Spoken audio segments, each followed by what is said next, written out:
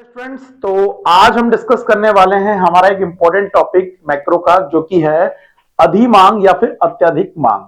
Already पिछले part में मैं आपको बता चुका हूं कि अभावी मांग क्या होता है, उसके कारण क्या होते हैं और उसके प्रभाव क्या होते हैं। आज हम डिस्कस करेंगे अत्यधिक मांग के बारे में। तो चलिए शुरू करते हैं। मेरा नाम है रवि कश्यप और आप देख रहे हैं इकोनॉमिक्स की 95 प्लस सीरीज।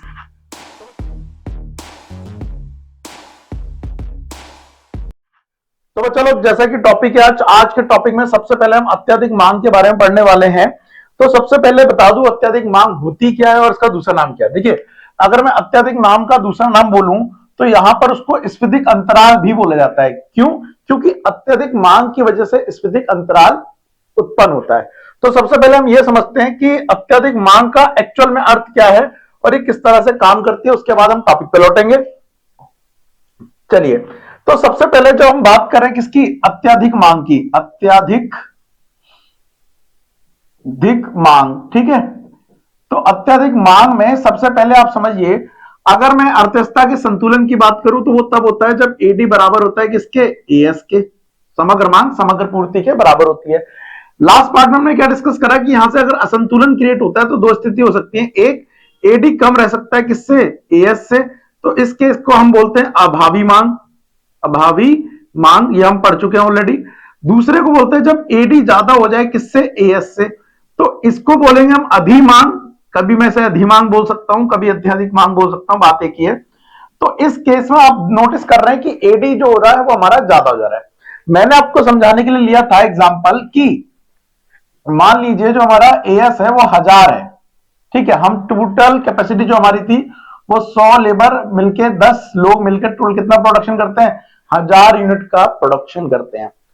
बट अर्थव्यवस्था में यह देखने को मिल रहा है कि किसी वजह से जो हमारे मांग है वो गिर जा रही है। ठीक है, पिछले वाले में इसमें क्या करेंगे, इसमें यह देखने को मिल रहा है कि किसी वजह से अर्थव्यवस्था में मांग क्या हो जा रही है, बढ़ जा रही है। तो उसका इफेक्ट क्या होगा, सबसे पहले समझो। एडी मैंने बताया था आपको, फॉर्मूला होता है सी प्लस आई प्लस जी प्लस एनएक्स। अगर ओवरऑल खुली अर्थव्यवस्था की बात की जाए, सिलेबस में शायद आपके लिए ये है लेकिन तब भी समझो। और मैंने एग्जांपल लिया था कि मान लीजिए 250 सी है और 250 ही क्या है, आपका आई है, और 250 ही आपका जी है, और 250 ही आपका नेट एक्सपोर्ट है, जो कि एक्सपोर्ट में से इंपोर्ट को लेस करने के बाद आया है। अब इसका टोटल कितना निकल रहा है जी, 1000 निकल रहा है। आप नोटिस करिए, जब 1000 एडी निकल रहा है तो एडी किसके बराबर हो गया, एएस के बराबर हो गया। लेकिन क्या हो अगर इनमें से एक भी कम हो जाए, मान लेते हैं इसमें से एक भी 50 हो जाए, एक भी, सी को ही ले लो, बाकी सब सेम है लेकिन ये सब 50 हो जाए, तो ये देखो इधर नोटिस करो, इन तीनों में 750 हो गया, प्लस मिला के टोटल कितना हो जाएगा, 800। अब ये कम हो गया है। अब इस स्थिति में क्या हुआ है, इस स्थिति में एडी कम हो गया है, एडी कम हो गया है किससे, एएस से। लेकिन आज का जो टॉपिक है अत्यधिक मांग, इसमें उल्टा होगा। मान लीजिए इसमें से कोई भी चीज एग्जांपल के लिए 450 हो जाए, इनमें से एक भी चीज 450 हो जाए, इसी को ले लेते हैं। मान लो भोग 450 हो जाएगा, तो अब ये कितना हो जाएगा टोटल, इसका 1200 हो जाएगा। अब कौन सी स्थिति उत्पन्न हुई, अब स्थिति उत्पन्न हुई जिसमें एडी ज्यादा है किससे, एएस से। और अगर एक बार एडी ज्यादा हो गया एएस से तो अर्थव्यवस्था में क्या आ जाएगा, अर्थव्यवस्था में अधिमांग आ जाएगी। इसे हम अत्यधिक मांग बोलेंगे। और कितनी आ गई है जी, 200 इकाइयां ज्यादा हो रही है। ये केवल इतना समझने के लिए था, इसको आपको लिखना नहीं है। जो 100 250 वाला मैं एग्जांपल ले रहा हूं, ये केवल आपको क्लैरिटी के लिए था कि अत्यधिक मांग होती क्या है। नाउ अब इसकी डेप्थ, सबसे पहले जब हम इसको लिखेंगे तो आप नोटिस करिएगा यहां पर नंबर 1 अगर आपको लिखना है तो सबसे पहले तो आपको इसकी स्टेप 1 जो आपको देना है वो देनी है इसकी डेफिनेशन। जब इसका आप आंसर लिखेंगे तो ठीक है, डेफिनेशन देने के बाद स्टेप 2 में जब इसका आंसर लिखेंगे तो इस केस में आपको इसका क्या बनाना पड़ेगा बेटा, डायग्राम बनाना पड़ेगा। ठीक है, तो सबसे पहले अगर मैं डेफिनेशन की बात करूं, डेफिनेशन क्या है, देखो पूर्ण रोजगार स्तर के अनुरूप, डेफिनेशन बता रहा हूं, पूर्ण रोजगार स्तर के अनुरूप जब समग्र मांग समग्र पूर्ति से ज्यादा होती है, जब समग्र मांग समग्र पूर्ति से ज्यादा होती है तो हम क्या बोलते हैं, अत्यधिक मांग या अधिमांग बोलती है। और इसी वजह से क्या उत्पन्न होता है अर्थव्यवस्था में, इसी वजह से अर्थव्यवस्था में असंतुलन उत्पन्न होता है। और इसी वजह से अत्यधिक मांग आएगी और इसे स्फीतिक अंतराली बोलेंगे। इसको समझने के लिए पहले मैं डायग्राम यूज करता हूं आपको समझाने के लिए, जरा नोटिस करो, ये डायग्राम है इसका। वाई एक्सिस 0, एक्स एक्सिस मैंने बोला यहां पर आता है एडी और एएस आता है। पूरा डायग्राम बनाएंगे और पूरा नाम लिखेंगे। यहां पे मैंने बताया था 3 चीजें आती हैं। यहां पे बेटा रोजगार भी आता है, रोजगार। यहां पे आपको उत्पादन भी आता है, उत्पादन। बेटा यहां पे आपकी आय भी आती है, ठीक है। तीनों चीजें यहां पे आती हैं। और ये 0 वाले पॉइंट से निकल के जाएगा हमारा एएस। दिख रहा है आपको ये एएस जाता हुआ। और आप नोटिस करें एएस के बाद ये हमारा जा रहा है नॉर्मली एक एडी। बहुत बढ़िया, ठीक है।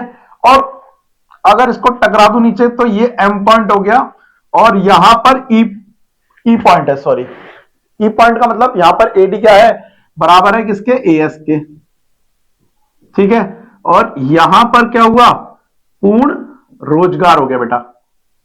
अब हुआ क्या, अर्थव्यवस्था में समस्या क्या आई, अर्थव्यवस्था में समस्या यह आई कि अर्थव्यवस्था में उत्पादन पहले के मुकाबले बढ़ गया। इसको मैं येलो से डिनोट करके दिखाता हूं आपको, नहीं तो ब्लैक से ही कर देंगे। अब एडी पहले के मुकाबले क्या हो गया, बढ़ गया। ये मेरा एडी 1 हो गया, पहले के मुकाबले एडी क्या हो गया, बढ़ गया। अब आप नोटिस करिए, मैं अपनी तरफ से ड्रॉ करने की कोशिश कर रहा हूं। यहां पर जब एडी बड़ा है, जब यहां पर एडी बड़ा है तो एक स्थिति देखो आप, यहां पर एक इसका नाम तो मैंने ई दे दिया था ना, इस एक ये देखो ऊपर गई, और एक ये ट्राइंगल जो मैं शेड कर रहा हूं उसको जरा ध्यान से देखना। इस एरिया में, इस एरिया को जो मैंने शेड करा है, इसमें आप देखिए एडी क्या है, एएस से भी ऊपर है। ये हमारी एएस की लाइन जो है वो ये है, दिख रही है, एक मिनट, एएस की जो लाइन है वो ये वाली है और एडी जो है वो उससे ऊपर है। तो इस शेडेड एरिया को हम क्या बोलेंगे, इस शेडेड एरिया को हम बोलेंगे बेटा यहां पर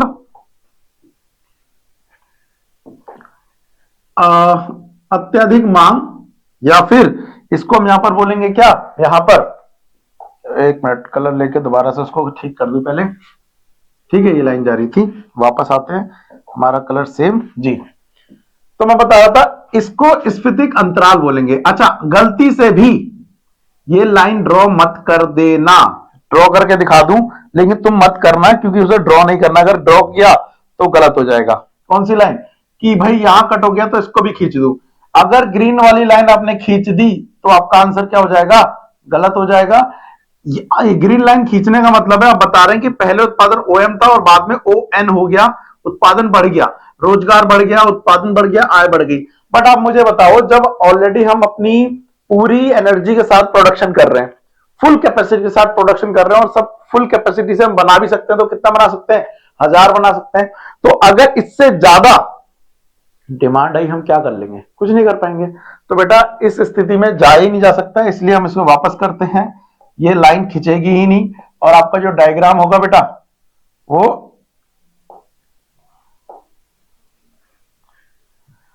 इतना ही रहेगा, ठीक है। ओहो ये क्या हो गया,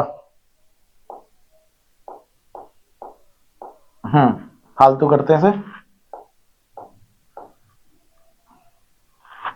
ठीक है। तो ये वाली लाइन गलती से भी मत खींच देना। चलिए वापस आते हैं हमारे टॉपिक पे। हाँ, अब बात आती है कि चलो सर डायग्राम समझ आ गया, इसकी डेफिनेशन क्या है। डेफिनेशन देखो जरा, देखो क्या बोल रहा है, इसी को स्फीतिक अंतराल बोलेंगे जितना एडीएस से ज्यादा होगा। स्फीतिक अंतराल वास्तविक समग्र मांग और पूर्ण रोजगार संतुलन को बनाए रखने के लिए, क्या बोल रहा है, वास्तविक समग्र मांग पूर्ण रोजगार संतुलन को बनाए रखने के लिए आवश्यक समग्र मांग के बीच अंतर होता है। यह समग्र मांग के आधिक्य को मापता है, विच मीन्स जब एडी ज्यादा हो जाए किससे, एएस से, यह अर्थव्यवस्था में स्फीतकारी प्रभाव उत्पन्न करता है। अब बात आ रही है प्रभाव की। तो अभी जब मैंने आपको समझाया कि होता क्या है, ये डेफिनेशन आप लिख सकते हैं, अपनी बुक से भी लिख सकते हैं, कोई दिक्कत नहीं है। होता क्या है ये भी बता दिया, कारण क्या होता है। अब इसकी एक चीज समझो, डायग्राम के बाद स्टेप 3 की बात करूं अगर मैं, तो अब हम समझ लेते हैं इसका स्टेप 3। तो नॉर्मली आपको डेफिनेशन समझ आ गई, डायग्राम समझ आ गया। अब इसके कारण और परिणाम डिस्कस कर लेते हैं। तो जैसा कि मैंने पिछली स्लाइड में आपको बताया था कि जो हमारा समग्र मांग है वो इन 4 चीजों से मिलकर बना है, उपभोग, निवेश, सरकारी व्यय और शुद्ध निर्यात। अगर इसमें से सारे में से कोई भी चीज कम हो जाती है तो हमारा एडी गिर जाता है, और अगर इसमें से कोई भी चीज बढ़ जाती है तो हमारा एडी क्या हो जाता है, बढ़ जाता है। तो यहां पर जो डिमांड हुई है वो इनमें से किसी में भी वृद्धि के कारण हो सकती है। तो अगर मैं कारण की बात करूं तो इसका कारण जो पहला बन सकता है वो हो सकता है उपभोग में वृद्धि, लिख नहीं रहा हूं, समझ जाना। दूसरा निवेश में वृद्धि, तीसरा सरकारी व्यय में वृद्धि, चौथा हो सकता है अगर इसको ना देखूं इसको देखूं निर्यात में वृद्धि या फिर आयात में कमी। इन सभी वजह से हमारी अर्थव्यवस्था में समग्र मांग क्या हो जाएगी, बढ़ जाएगी, और बढ़ जाएगी एडी ज्यादा हो जाएगा एएस से। अब आते हैं इसके परिणाम क्या होंगे। तो बेटा जनरली अगर मैं इसके परिणाम की बात करूं, अगर इसके परिणाम की बात करूं तो परिणाम में आप याद रखिएगा अधिमांग में थोड़ा अंतर है। न्यून मांग में पढ़ा था कि रोजगार कम हो गया था, आय कम हो गई थी। अभी हमने डिस्कस करा ना, यहां देखो कि रोजगार उत्पादन आय दोनों इधर गई थी, लेकिन इसमें ये यहां नहीं जा सकता, इसमें ये यहां नहीं जा सकता। तो इस केस में ना तो रोजगार में वृद्धि होगी, ना ही उत्पादन में वृद्धि होगी, ना ही आय में वृद्धि होगी। तो होगा क्या जी, होगा ये कि जब अर्थव्यवस्था में कुछ नहीं हो रहा है तो परिणाम देखने को मिलेगा कि एडीएएस से ज्यादा हो चुका है, क्योंकि एडीएएस से ज्यादा हो चुका है तो हमें यह देखने को नजर आएगा, हमें यह देखने को लगेगा कि जो हमारी जनरल कीमतें हैं वस्तुओं की वो क्या हो जाती हैं, बढ़ जाएंगी। तो सामान्यतः इसमें जो प्रभाव देखने को मिलेगा वो मिलेगा कीमतों का बढ़ जाना। तो मैंने तीनों चीजें समझा दी, इसकी डेफिनेशन, डायग्राम, चारों बोलो, कारण और परिणाम। आपको बताना है इसमें आय, रोजगार, उत्पादन में कोई परिवर्तन नहीं आएगा, लेकिन जो सामान्यतः कीमतें हैं उनकी उनमें क्या हो जाएगी, वृद्धि हो जाएगी। तो इस तरह से ये अधिमांग का टॉपिक यहां पे खत्म हो जाता है। ठीक है बेटा, मैंने आपको क्या समझा दिया, न्यून मांग समझा दिया जिसे अभावी मांग बोलते हैं, मैंने आपको अधिमांग भी समझा दिया जिसको अत्यधिक मांग बोलते हैं। अब नेक्स्ट पार्ट में क्या होगा जी, नेक्स्ट पार्ट में हम डिस्कस करेंगे कि इनको कैसे ठीक किया जाए। अगर अर्थव्यवस्था में न्यून मांग और अभावी मांग है तो वो हमारे देश के लिए सही नहीं है। एक बार दोबारा समझना, हमारे देश की जो इकोनॉमी है वो ऐसे बढ़नी चाहिए, धीरे धीरे धीरे धीरे बढ़नी चाहिए स्पीड में, लेकिन ये नॉर्मली हमारा एएस उत्पादन लगातार लॉन्ग टर्म में ऐसे बढ़ना चाहिए। लेकिन अगर ये एडी ऐसे ऊपर नीचे जाएगा तो समस्या हो जाएगी। क्या आप समझो क्या होता है, अगर यहां एडी है बहुत अच्छी बात है, एडी लगभग किसके बराबर हो गया, एस के बराबर है। संतुलन में जितने रोजगार की जरूरत हो रही है, जितने लोगों की डिमांड आ रही है उतनी हम सप्लाई कर रहे हैं। लेकिन अर्थव्यवस्था में जब ये वाली स्थिति आ जाती है, इसमें क्या होता है आप नोटिस कर रहे हैं, एडी क्या हो गया है, ज्यादा हो गया एएस से। ये भी सही नहीं है, क्योंकि इस वजह से अर्थव्यवस्था में क्या क्रिएट होगी, इस वजह से अर्थव्यवस्था में महंगाई क्रिएट होगी, बोलो तो इन्फ्लेशन आ जाएगा। ठीक है, अधिमांग की वजह से। और अगर ये नीचे रही तो अभावी मांग होगी। इस केस में बेटा दिक्कत ये हो जाएगी कि बेरोजगारी बढ़ेगी, इस वजह में बेरोजगारी बढ़ेगी। तो दोनों ही चीजें हमारे लिए सही नहीं है। इसलिए अगर ये ऊपर है तो उसको नीचे लाना है, नीचे है तो ऊपर ले जाना है। अब ये ऊपर नीचे लाने के लिए क्या करेंगे हम, उसको समझेंगे हम अपकमिंग क्लास में, और वहां पर इसके सॉल्यूशन डिस्कस करेंगे। ठीक है, अगर इससे रिलेटेड कोई डाउट रह गया हो तो प्लीज कमेंट बॉक्स में आप लिख सकते हैं। बाद बाकी एक फीचर्स है, यहां पर ट्राई कर सकते हैं हम। क्या है फीचर्स, कि जो मैंने बोर्ड पे लिखा, क्या आप उसकी नोट्स चाहते हैं, स्क्रीनशॉट लेना चाहते हैं, या फिर मैं पीडीएफ शेयर कर दूं। तो this is your QR code, ये स्क्रीन पर आ गया है, इसको आप फोन से स्कैन कर सकते हैं या फिर फोटो ले सकते हैं, स्क्रीनशॉट ले सकते हैं। एक बार डाउनलोड करके देखिएगा, क्या ये नोट्स आ रहे हैं, अगर आ जाते हैं तो बहुत अच्छी बात है। फिर नेक्स्ट टाइम से मैं आपको सारे नोट्स ऐसे ही वीडियो के एंड में दे दिया करूंगा। तो आज के लिए इतना ही, मिलते हैं नेक्स्ट क्लास में, तब तक के लिए thank you, tata, bye bye.